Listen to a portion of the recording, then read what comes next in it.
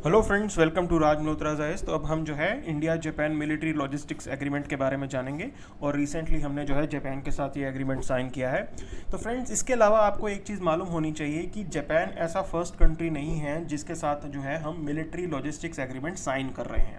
Okay, इसके अलावा आप देखिए जून के अंदर इंडिया ने ऑस्ट्रेलिया के साथ भी एक तरीके का एग्रीमेंट साइन किया था, mutual logistics support agreement. Okay, फिर इसके अलावा यूएस, फ्रांस और सिंगापुर के साथ हम ऑलरेडी जो है इस तरीके के एग्रीमेंट को साइन कर चुके हैं। अब आपको एक बात ये जाननी है कि ये सिर्फ जो है मिलिट्री लॉजिस्टिक्स एक्सचेंज एग्रीमेंट है, ये मिलिट्री अलायंस नहीं है। ओके, इसका ये मतलब है कि इंडियन मिलिट्री जापानीज जो मिलिट्री की फैसिलिटी है उसको यूज़ कर सकेगी और जापानीज मिलिट्री जो इंडियन मिलिट्री की फैसिलिटीज़ है उसको यूज़ कर सकेगी। ठीक है, ये मिलिट्री अलायंस नहीं है। तो आप देखिए, ये प्रीलिम्स 2019 का क्वेश्चन है जिसके अंदर जो सवाल किया गया था कि इंडिया ने एक डील साइन की थी, action plan for prioritising and implementation of cooperation area in nuclear field. Okay, और ये किस कंट्री के साथ साइन की थी, उससे रिलेटेड सवाल जो है यूपीएससी ने पूछा था। अब यहाँ पे ये जो लॉजिस्टिक्स एग्रीमेंट जापान के साथ साइन हुआ है, इसके अंदर भी एक टर्म है। ओके, वो हम आगे देखेंगे कि कैसे वो टर्म है और कैसे जो है उस पर सवाल भी बनाया जा सकता है। तो वो प्रैक्टिस क्वेश्चन के तौर पे आप जो है ज़रूर करेंगे। ओके, तो फ्रेंड्स, अगर हम देखें तो जब वर्ल्ड वॉर 2 हुआ था, आपको पता है जापान के ऊपर न्यूक्लियर अटैक किया था। ठीक है, उसके बाद जापान ने जो कॉन्स्टिट्यूशन जो है अपनाया था वो पीसफुल कॉन्स्टिट्यूशन अपनाया था और उसके तहत वो अपनी फोर्सेस को अलाउ नहीं कर सकते थे कि वो जो है किसी भी इंटरनेशनल कन्फ्लिक्ट के अंदर जाके लड़ें। ओके, सिर्फ सेल्फ डिफेंसेस के लिए जो है अपनी फोर्सेस का यूज़ जो है जापान ने अलाउ किया था। अब यहाँ पे 2015 के अंदर जापान के जो पार्लियामेंट है वहाँ पे वोट किया गया और उन्होंने अपनी मिलिट्री को अलाउ किया कि वो ओवरसीज में जाके भी फाइट कर सकेंगे। ओके, ये 2015 में उन्होंने अलाउ किया, अदरवाइज सिर्फ सेल्फ डिफेंस के लिए उन्होंने अपनी फोर्सेस रखी हुई थी। तब जो है जापान ने एक्सप्लोर करना शुरू किया और बाकी कंट्रीज़ के साथ जो है इस तरीके के एग्रीमेंट्स जो है वो साइन करने स्टार्ट किए। तो इंडिया के साथ भी ये एग्रीमेंट जो है उन्होंने साइन किया है। ये थोड़ा बैकग्राउंड आपको मालूम होना चाहिए। अब आप इस मैप को देखिए, तो यहाँ पे जहाँ पे चाइना के साथ जो है बाकी कंट्रीज़ के डिस्प्यूट चल रहे हैं, वो सारे एरियाज जो हैं क्रिटिकल हैं। क्यों क्रिटिकल हैं? क्योंकि पूरी दुनिया की जो सप्लाई लाइन है, नेवल सप्लाई लाइन आप जिसे बोलते हैं, ठीक है ना, सारा ट्रेड जो है जो वाटर से किया जाता है। आप देखिए, ये है स्ट्रेट ऑफ मलाक्का, अच्छा, फिर ये साउथ चाइना सी, फिर ये जापान का एरिया हो गया, ये पैसिफिक ओशन हो गया। तो मैक्सिमम ट्रेड जो है इस एरिया से किया जाता है और यहाँ पे चाइना जो है काफ़ी असर्टिव हो चुका है और चाइना को काउंटर करने के लिए जो है इस टाइप की चीज़ें की जा रही हैं। तो कंट्रीज साथ आ रहे हैं, जापान और इंडिया भी इसलिए साथ आ रहे हैं। इसके अलावा अगर आपको पता हो, क्वाड, ओके, क्वाड करके एक ग्रुप हमने बनाया हुआ है जिसके अंदर जापान, इंडिया, यूएस और ऑस्ट्रेलिया, ये कंट्रीज जो हैं साथ आए हैं और एक तरीके से चाइना को काउंटर करने के लिए क्वाड भी काफ़ी एक्टिव हो गया है। इसके अलावा मैं आपको एक चीज़ और बता दूं, मालाबार करके एक एक्सरसाइज होती है। ओके, मालाबार करके एक एक्सरसाइज होती है जिसके अंदर जापान, यूएस और इंडियन नेवीज जो हैं वो पार्टिसिपेट करती हैं। ये सारी बैकग्राउंड आपको पता होनी चाहिए और इसी के तहत अब हमें ये समझना है कि ये लॉजिस्टिक्स एग्रीमेंट एग्जैक्टली है क्या। ठीक है जी, तो आप देखिए, चाइना को एक तरीके से हमें जो है काउंटर करना है। चाइना अपने मसल्स जो है काफ़ी फ्लैक्स कर रहा है पूरे रीजन के अंदर और उसको ध्यान में रखते हुए कि हम अपनी मिलिट्रीज को अलाउ करें कि वो एक दूसरे के बेसिस को लॉजिस्टिक सपोर्ट के लिए यूज़ करें, वो बहुत ज़रूरी है। ठीक है, आपकी मिलिट्री और जापानीज मिलिट्री जो है वो एक तरीके से साथ में उन्होंने प्रैक्टिस करना ज़रूरी होता है ताकि फ्यूचर के अंदर अगर ज़रूरत पड़े तो वो एक दूसरे की हेल्प कर सकें। ठीक है ना, तो हमें पता होना चाहिए कि जापान के अंदर क्या सिस्टम चलता है और जापानीज मिलिट्री को भी ये पता होना चाहिए कि इंडिया के अंदर सिस्टम कैसे चलता है। तो उसके लिए ये जो है ये लॉजिस्टिक सपोर्ट जो है इस टाइप के एग्रीमेंट बहुत हेल्प करते हैं। ठीक है, अच्छा, फिर आप देखिए, हमें जो है एक फ्रेमवर्क की भी ज़रूरत होती है जिसके अंदर हम जो है क्लोजली कोऑपरेट कर सकें और इंटर ऑपरेट कर सकें। वो फ्रेमवर्क क्या करता है?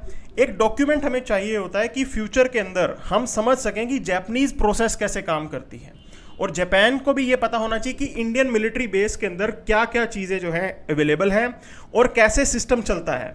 अदरवाइज होता क्या है कि पेपर वर्क के अंदर जो है काफ़ी टाइम वेस्ट हो जाता है। तो इस तरीके के एग्रीमेंट जो हैं वो वेस्टेज ऑफ टाइम को भी मिनिमाइज करते हैं। ठीक है, जब भी ज़रूरत पड़ेगी फ्यूचर के अंदर जापानीज मिलिट्री या फिर इंडियन मिलिट्री जापान के अंदर किसी बेस को आराम से जो है ऑपरेट कर पाएगी। अच्छा, अब आप देखिए रिपेयर और रिप्लेनिशमेंट ऑफ सप्लाईज, इसके लिए इंपॉर्टेंट रोल प्ले करेगा। सपोज कोई इंडियन नेवल शिप जापान के अंदर पैसिफिक ओशन के अंदर जो है वहाँ पे सेल कर रहा है और उनको एकदम रिपेयर और रिप्लेनिशमेंट की ज़रूरत है, सप्लाईज की ज़रूरत है, तो वो आराम से जो है वो किसी जापानीज नेवल बेस में जाएंगे और एक तरीके से उनको हेल्प वहाँ पे मिल जाएगी। उसी प्रकार कोई जापान का कोई शिप इंडियन ओशन के अंदर जो है सेल कर रहा है तो उनको जो है यहाँ पे एक हेल्प की ज़रूरत है, तो हम लोग भी उनको हेल्प कर पाएंगे। ओके, अब इसके अलावा आप देखिए इंडियन नेवी और जापानीज नेवी ने काफ़ी जो है मैरीटाइम एक्सरसाइजेज भी साथ की हैं और मिलिट्री कोऑपरेशन धीरे धीरे बढ़ रहा है। तो जब आप मैरीटाइम एक्सरसाइजेज कर रहे हैं तो आपको एक तरीके से लॉजिस्टिक सपोर्ट के लिए जो कोऑपरेशन है उसके बारे में जानकारी भी होनी चाहिए।